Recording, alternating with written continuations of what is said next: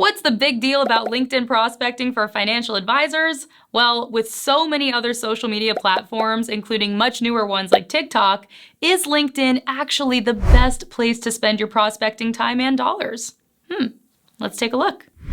Advisors, many of that we've coached are not sure, should I go to Facebook? Is Instagram where they are? Snapchat, LinkedIn? Where should I be focusing my time if I only have a little bit? So how does LinkedIn's membership, Matt, compare to some of the other social platforms?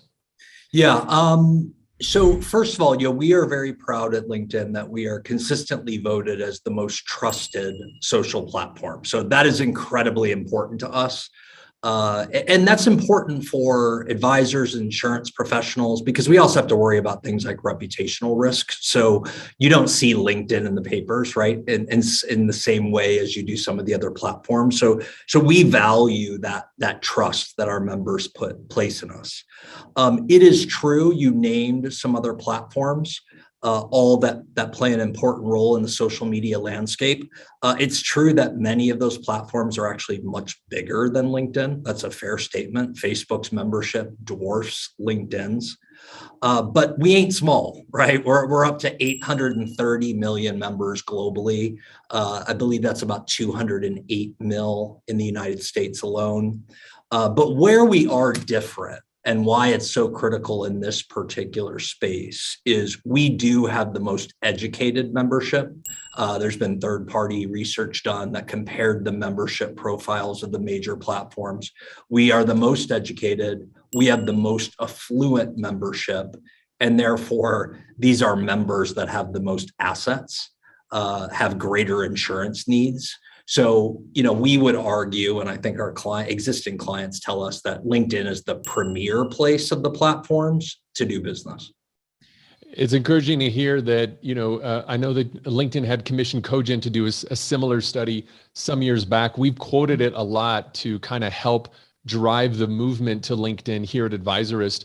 And the same study showed that high net worth investors would prefer to get information from financial advisors on LinkedIn over Facebook, over Twitter, over any other place. It really is that network that kind of has done a great job of pushing out a lot of the noise in the B2C world and just making it a business network. So really appreciate that. Let's take a shift here. So this is globally we've taken a macro view. Let's go to the micro world of financial advisors on LinkedIn. I know that some of that data was included. How active would you say, Matt, from your perspective, are financial advisors on LinkedIn? Like, what are the activity and engagement trends that you're seeing? Yeah, I'll talk broadly and then I'll zero in on financial advisors. I mean, the short answer for all LinkedIn membership is engagement is way up, right? We have more members. We have something like a member that joins every second. More members posting more content. So everyone's doing that. We just released Q1 engagement numbers, 22% year over year engagement growth. And that is not an anomaly. We have been in the 20 plus year over year engagement every quarter for nearly the last 5 years. It's just LinkedIn is not a fun fact. Today is LinkedIn's 19th birthday. And hey, that's great. Yeah. We are having a party. And, but you know what? I was very critical of LinkedIn in the early days. I was like, there is nothing on there. People are just collecting contacts that they will never talk to, or they met at a conference one time. Like this is a waste. And when you look at it now, though, I mean, it's pretty remarkable. The content that you can leverage on LinkedIn is phenomenal. It's actually become a place to learn. So what we're actually seeing is clients are more engaged, something like 18% year over year engagement on the platform from ultra high net worth individuals. So the richest of the rich are even using LinkedIn, right? So your potential clients and prospects are on this platform. So FAs and insurance professionals, don't you want to be at that party as well?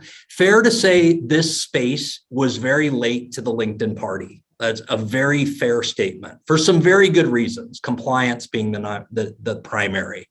But what you started seeing pre-pandemic was you started seeing some organizations that really got out there. folks like Edward Jones and Merrill Lynch that have actually said, this is a business development engine, and have put virtually all of their advisors on the Sales Navigator platform.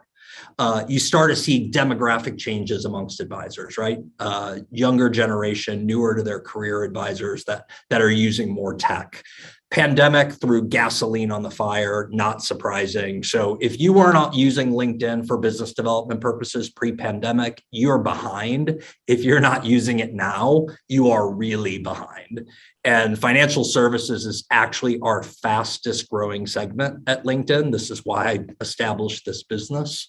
And the insurance wealth advisor subsector is the fastest growing subsector of financial services. So we are seeing those same amounts of double-digit increase in engagement from the advisor insurance populations as well. So a lot of what we're seeing across the platform in this specific space, we are seeing both for clients and prospects, but perhaps more importantly, we're seeing advisors meet those clients and prospects on the platform and really turning LinkedIn into another place to do business.